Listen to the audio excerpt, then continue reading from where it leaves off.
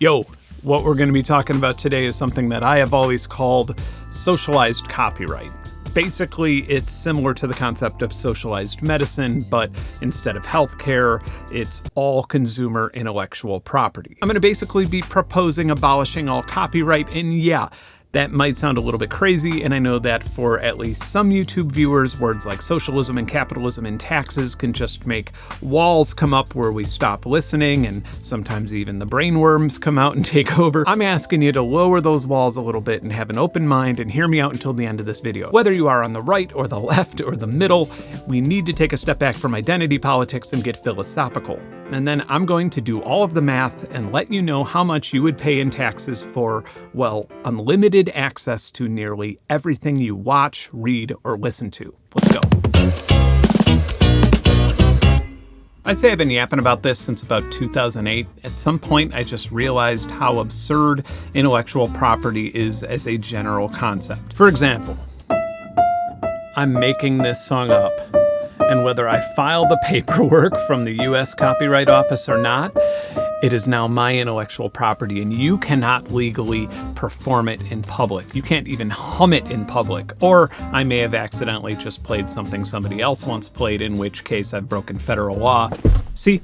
It's really fucking stupid. Now, it gets a little bit more serious and concerning when the gray area of fair use prevents me from being able to give you a historical example of jazz music, for example, that starts neutering culture over time. But where this becomes really problematic, and in my case rage-inducing, is that a child in a family that can't afford cable or a subscription service can't watch something like Animal Planet. And then, of course, it follows that that child can't have access to the same books that a child from a wealthier family has, even though the resource that they cannot afford is unable to experience scarcity. Information is an unlimited resource. And of course, let's not forget about scientific and research papers. A good chunk of this channel's budget is spent on buying or even renting research articles, none of which contribute anything to the actual authors or researchers. It is literally an industry of knowledge gatekeepers, and in my opinion, they're profiting off of class warfare. Anyway, we like to make fun of crypto bros for spending money on made-up currency, such as Bitcoin, and yeah, giving something value by making a computer solve Sudoku puzzles is pretty odd, but the energy to run that computer is still scarce.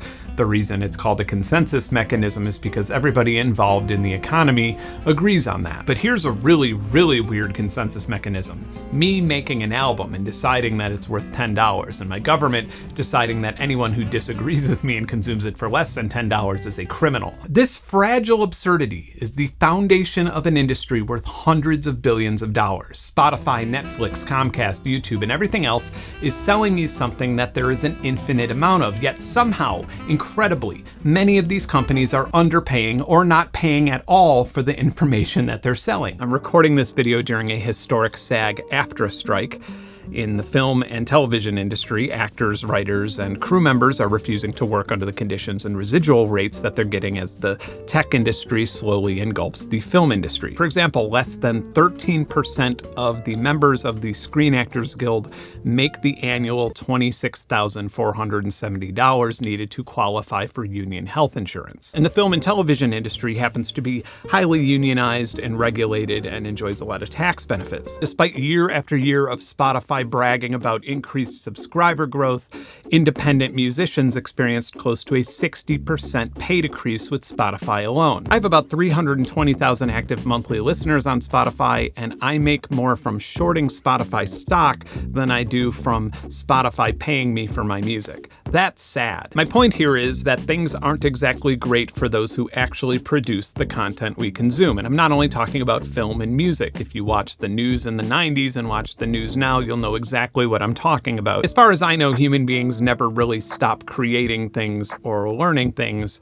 depending on if there is an economy for it or not. The problem is that the less you pay me or the more I have to talk about a fucking VPN or something, then the less incentive I have to share the things that I learn with you. We don't want to live in a world where the only freely available media is an infomercial or somebody on TikTok talking about a health supplement or pyramid scheme. That, in my opinion, leaves a notable scar in history and slows society's progress down. I live in the US, so I'm going to be using my own country in this example, but what if America said, fuck it, The government will no longer enforce copyright law for media. You can download, upload, host, share, or consume whatever you want, whenever you want, as initially laid out by your First Amendment rights. Now, the bad news, of course, is that you're still going to have to pay for this, and your taxes might go up a bit. And I'm going to try and find out how much or little. But first, I suppose since we're talking about the S word so much, I should probably tell you where my little political flag is stuck. I'm actually a libertarian.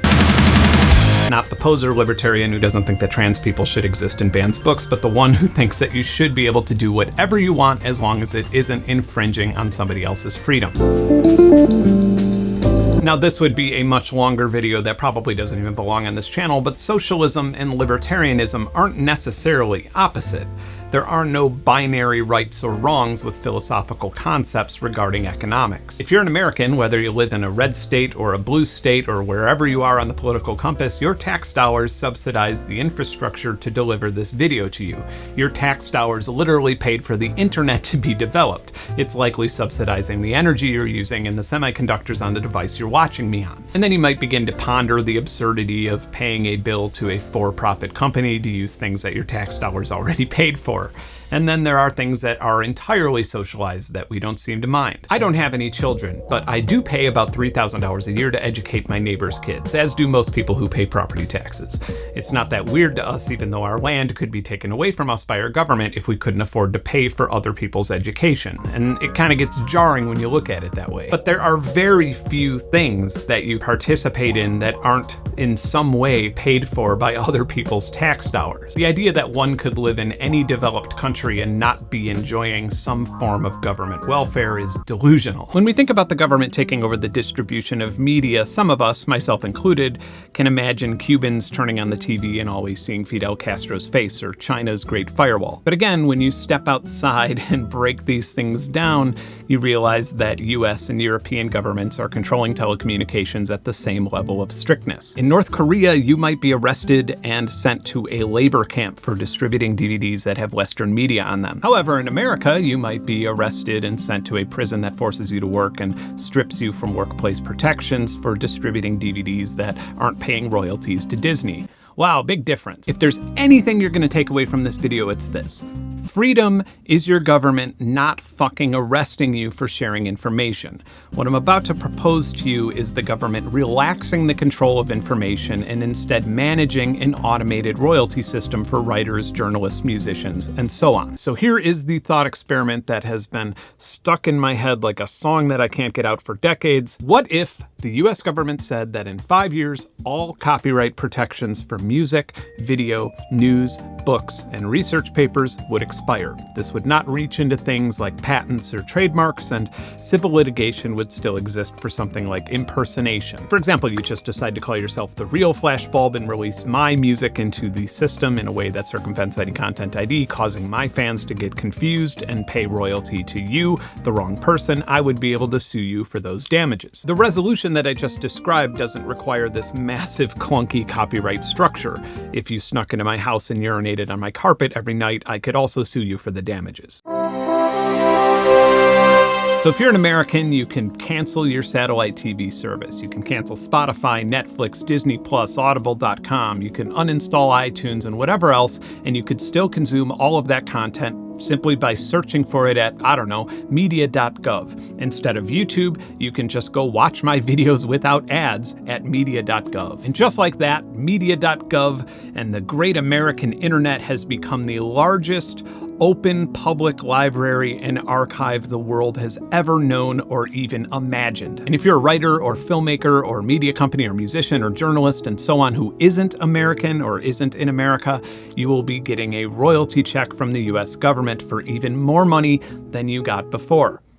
So how much is all this going to cost? All right, saddle up, partner. It's math time. As much as I hate income tax, at about $2.3 trillion annually, it's where the government gets most of its money. I'll get into tax brackets later, but for simplicity, first let's assume that every tax-paying American pays the same tax rate, so that's 331.9 million media consumers, with 168 million of them filing taxes. This can't really be proven with all of the international artists, but it's believed that Spotify has over 90% of copyrighted music music that you can buy. Spotify paid roughly $5 billion in royalties in 2020, $7 billion in 2021, so let's call it a $7.5 billion average annual expense to include the music not on Spotify. We don't really need to do any other music streaming services, as they generally all have the same intellectual property. YouTube claims to pay out about $15 billion annually to creators.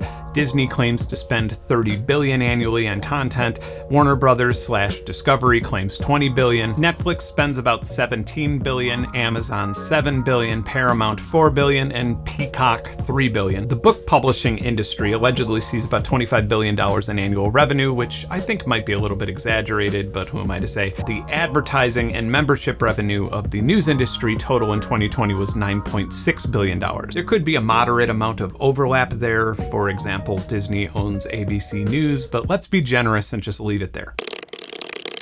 This brings us to a grand total just over $148 billion annually paid out to independent musicians, record labels, film companies, publishers, journalists, and so on. That would cost every tax filer $881 annually, or $73.46 per month, or $2.41 per day. Now, all of these companies are obviously nonprofit, so it's impossible to get an exact number on how much it would cost to host this massive library of media. For example, a huge chunk of Spotify's employees are trying to find advertisers or market the service. Let's look at something that functions a little bit more simply as an example. Signal.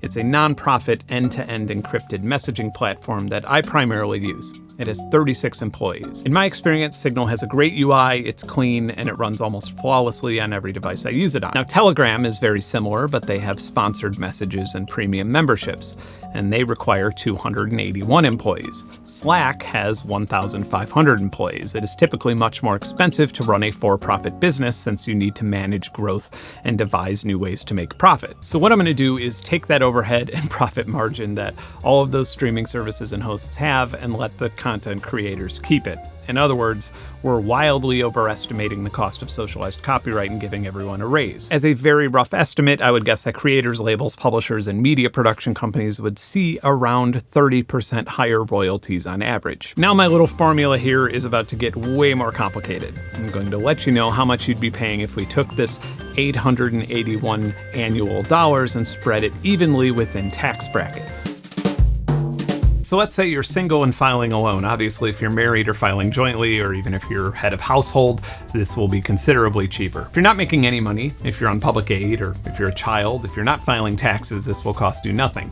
If you are filing taxes and you make under $11,000 per year, this would cost you $29 per month. $11,000 to $45,000 per year would cost you $36 per month. $45,000 to $95,000 per year would cost you $67 per month. $95,000 to $182,000 would cost you $72 per month. $182,000 to $231,000 would cost you $96 per month, and $231,000 to $578,000 would cost you $105 per month. And finally, anybody earning over $578,000 per year on their own, congratulations, would have to pay $110 per month. I'm gonna guess that the vast majority of the people watching this video would spend less on content they consume and have access to a whole lot more content. Another really pleasant side effect of this would be that your household would be virtually free of advertising.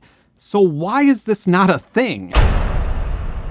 My British viewers have probably been screaming at me the entire time thinking that I've forgotten about the TV tax and the alleged counterfeit TV detection vans that the BBC claims roams the streets.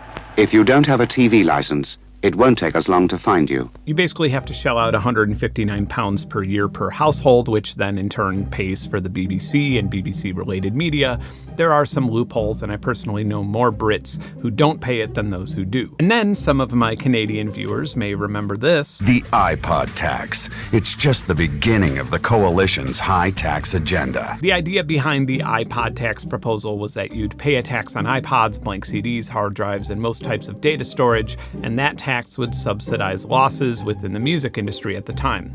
Pretty stupid if you ask me. The problem with these schemes and the reason that they can't pass or work poorly is because they just punish citizens. The numbers I gave you don't require snitch bans or anti-piracy campaigns because nobody in their right mind would want to go back to paying more for less. And after a few years, even the large media conglomerates that spend big bucks to make films and shows would see a huge increase in income from simply giving everyone access to the content rather than having to market it to them. Now, one thing that I could guarantee you is that here in America, no postmodern commie is going to be taking my money for no socialized commie media tax, except for the $500 million that goes to PBS and NPR, of course, and then all the broadcast translator networks for rural areas that people pay with their property taxes. And then, of course, there's the government fees that you pay on top of your cable or satellite or even internet bill, and then there's that 9% streaming tax that residents of Chicago have to pay on all media subscription services, and then the non-commercial educational stations owned by state and local governments. And then, of course, there's the license fees that radio stations and ISPs have to pay the FCC. And then some of those FCC fees go to performing rights organizations, which pay musician royalties and receive tax deductions and credit. Hey, wait a minute. This sounds a whole bunch like media taxes.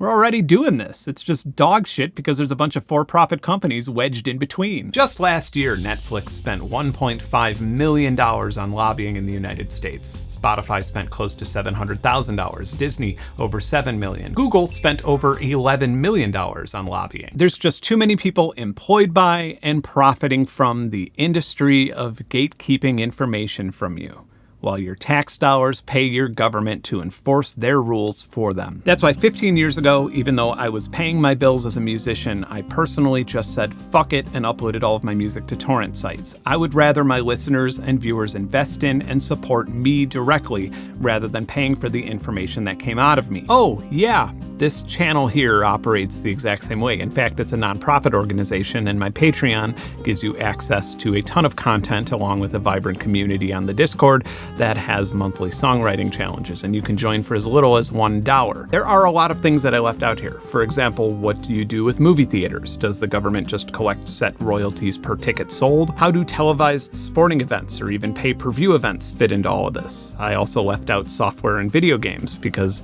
in some cases, removing intellectual property protections could result in industries leaving the country entirely. These are all great, healthy experiments and discussions, and it's something that is very important and worth discussing because when information is freely available, economic conditions become less likely to hinder innovation. It's not exactly a stretch to say that if you open up the floodgates of information, society becomes wiser and innovates more rapidly. And I want a self-driving flying car and a piece of cheesecake that has no calories that I could eat in it. So let's get on that. Thanks for watching. Let me know your thoughts in the comments, and most importantly, keep creating.